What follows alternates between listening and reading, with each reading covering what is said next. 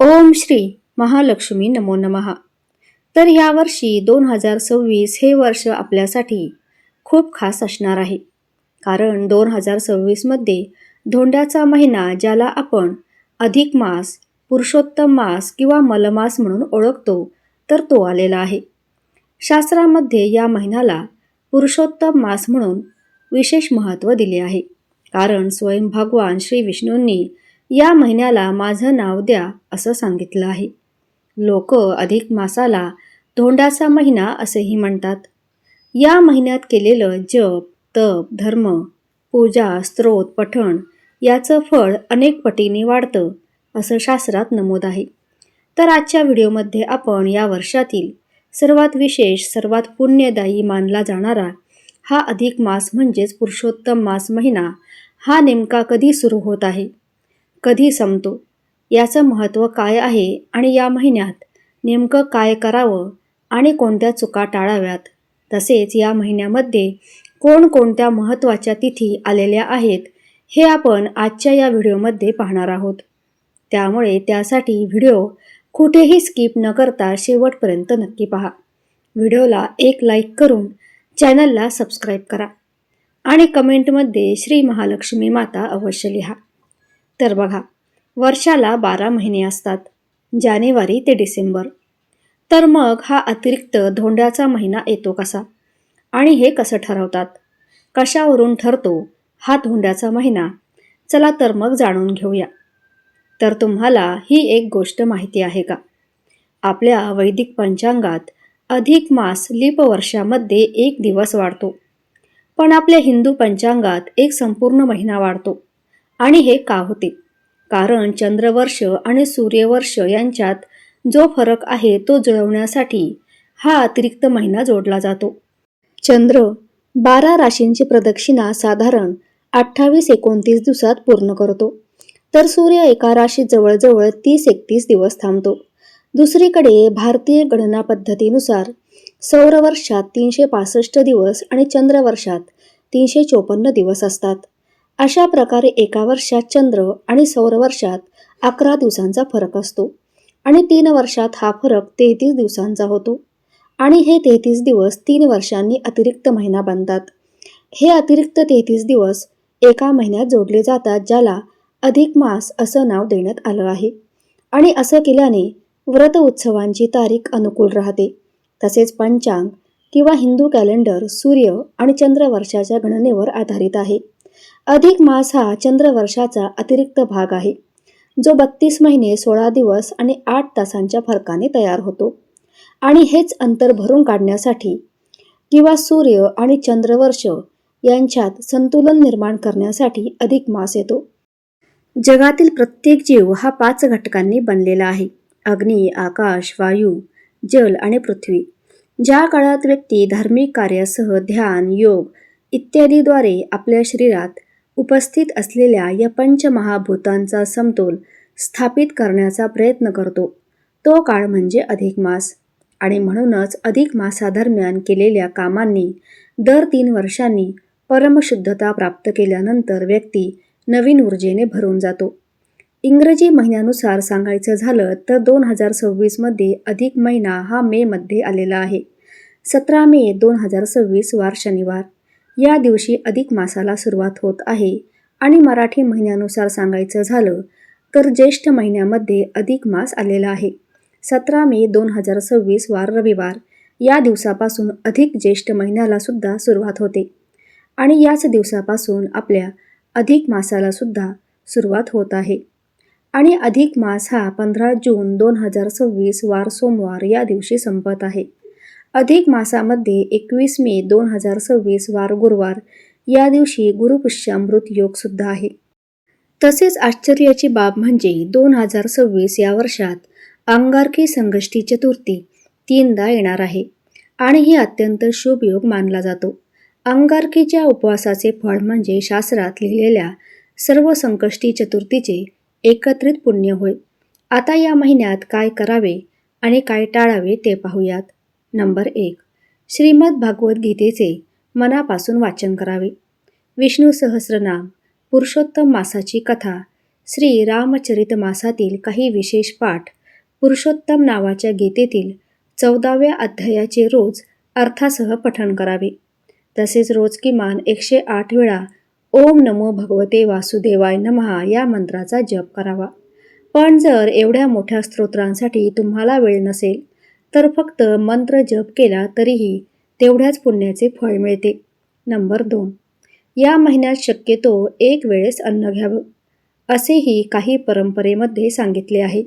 त्यामुळे शरीर हलकं राहतं आणि मन जप तपासाठी स्थिर होतं. नंबर 3. या महिन्यात दानाला विशेष महत्त्व आहे. गहू, तांदूळ, मूग, दूध, दही, तूप, आवळा, तांदळाच्या पिठाचे पदार्थ, जिरे, साखर, खजूर अशा सात्विक वस्तूंचं दान केल्याने ग्रहदोषही शांत होतात. याचबरोबर अधिक मासात दीपदान अत्यंत शुभ मानलं जातं. नंबर 4. तर 21 मे 2026 या दिवशी गुरुपुष्यामृत योग, अतिशय शुभ तिथी. या दिवशी काही खरेदी केली, विशेषतः सोने, चांदी हे अनेक पटीने वाढतं असं शास्त्र सांगतो. धोंड्याच्या महिन्यात लोक अगदी पायातील जोडवीसुद्धा खरेदी करतात. कारण चांदी लक्ष्मीप्रिय असल्याने या दिवशी चांदीच्या वस्तू घ्यायला खूपच चांगलं. तसेच धोंड्याच्या महिन्यात जावई व मुलीला चांदीचे वाण देण्याची देखील परंपरा आहे. तसेच अजूनही अनेक घरात ही परंपरा चालते. चांदी हा सात्विक, शुभ आणि मन, धन वाढवणारा धातू मानला जातो. नंबर 5. या महिन्याला पुरुषोत्तम मास, माधव मास असेही म्हणतात. या महिन्यात केलेली पूजा, जप, दान, पाठ, सेवा याचं फळ 100 पट जास्त लाभते. पण या महिन्यात काही चुका केल्या तर त्याचा परिणाम संपूर्ण वर्षभर जाणवू शकतो. आणि म्हणूनच आज आपण जाणून घेणार आहोत अधिक मासात कोणत्या चुका अजिबात करू नयेत आणि कोणत्या गोष्टी केल्याने पुण्य कमी होते. नंबर 1. लग्न, साखरपुडा, गृहप्रवेश, नामकरण, मुंडन, मोठी मंगल कार्य, ग्रहशांती ही कामे या काळात टाळली जातात. तसेच या महिन्यात मांसाहार, मद्यपान, लसूण आणि उडदाचे पदार्थही खाऊ नयेत. तसेच कोणत्याही नवीन कामाची सुरुवात अधिक मासात करू नये. साधारण नवीन कामे, नवीन घरांची सुरुवात, नामकरण, गृहप्रवेश, लग्न, मुंज, वास्तुशांती अशी मोठी शुभकार्य टाळली जातात. तसेच विहिरी, बोरिंग, तलाव खणणे असे काम करू नये. कारण हा महिना उपासना आणि आत्मशुद्धीचा आहे. नंबर 2. हा महिना शांततेचा, जपाचा, सेवेचा आहे. भांडण केल्यास पुण्य नष्ट होते असे म्हणतात. तसेच रोज सूर्योदयापूर्वी उठावे. अधिक मासात ब्रह्ममुहूर्तावर उठणे हे अनिवार्य मानले जाते. तसेच उशिरापर्यंत झोपल्यामुळे पुण्य कमी होते. देवघर, देवाची मूर्ती अस्वच्छ ठेवू नये. नंबर 3. तिखट वाणी, निंदा, चुगली अजिबात करू नये. अधिक मासात निंदा, वाईट बोलणे टाळल्यास पुण्य खूप वाढते. वाईट बोलल्यास पुण्य क्षीण होते. नंबर 4. विशेषतः अधिक मासात घरातील कचरा साफ करणे अत्यंत शुभ आहे. काटकसर न करता जास्तीत जास्त दान करावे. कारण अधिक मासात दानाचे पवित्र फळ 100 पटीने वाढते. दान टाळणे म्हणजेच पुण्य गमावणे. जास्त खर्च ते दिखाऊपणा टाळा. हा महिना जोरात खर्च करण्याचा नसून साधेपणा आणि मर्यादेचा आहे. नंबर 5. देवांचे व्रत अर्धवट सोडू नका. तसेच सुरू केलेला जप, व्रत, पाठ अर्धवट सोडणे चुकीचे मानले जाते. मांस, मद्य, तिखट, राग वाढवणारे अन्न टाळा. अधिक मासात तामसिक आहार पुण्य कमी करतो. नंबर 6. या महिन्यात घरात अंधार ठेवू नका. संध्याकाळी दीप लावणे अत्यंत शुभ असते. तसेच वडीलधाऱ्यांचा अपमान अजिबात करू नका. वृद्धांचा अपमान हा सर्वात मोठा दोष या महिन्यात, तो अधिक गंभीर मानला जातो. तसेच उपवास, दान, पारायण, गरिबांना अन्नदान या सेवा अवश्य करा. अधिक मास हा फक्त एक जादा महिना नाही, तर हा जीवन बदलणारा, कर्मशुद्धी करणारा, पुण्य वाढवणारा काळ आहे. आणि या छोट्या चुका जर टाळल्या तर घरात सुख येईल, अडथळे दूर होतील, मानसिक शांती मिळेल, धनसमृद्धी वाढेल आणि सर्वात महत्त्वाचं म्हणजे भगवान श्रीहरींची कृपा तुमच्यावर राहील. हिंदू धर्मातील अत्यंत पवित्र मानल्या गेलेल्या अधिक मास किंवा पुरुषोत्तम मासाबद्दल एक पौराणिक कथा जाणून घेणार आहोत, जी आपल्याला या महिन्याचे खरे महत्त्व पटवून देईल. फार वर्षापूर्वी नहुष नावाचा एक अत्यंत पराक्रमी आणि शक्तिशाली राजा होता. त्याच्याकडे अफाट संपत्ती होती. त्याने अनेक मोठे यज्ञ केले होते, दानधर्म केले होते. पण त्याला एक मोठा दुर्गुण होता, गर्व. आणि त्याला त्याच्या पुण्याच्या आणि सत्तेचा प्रचंड अहंकार होता. राजा नहुषने अनेक गंधर्व केले, पण त्याला अधिक मासाचे महत्त्व कधीच समजले नाही. जेव्हा जेव्हा अधिक मास येईल तेव्हा तो त्याकडे दुर्लक्ष करी. त्याने कधीही त्या पवित्र महिन्यात विशेष पूजा किंवा दान केले नाही. त्याला वाटले की मी नेहमीच दान करतो, मग या वेगळ्या महिन्याचे काय महत्त्व. काळानुसार राजा नहुषचा मृत्यू झाला. त्याच्या पाप पुण्याचा हिशोब झाला.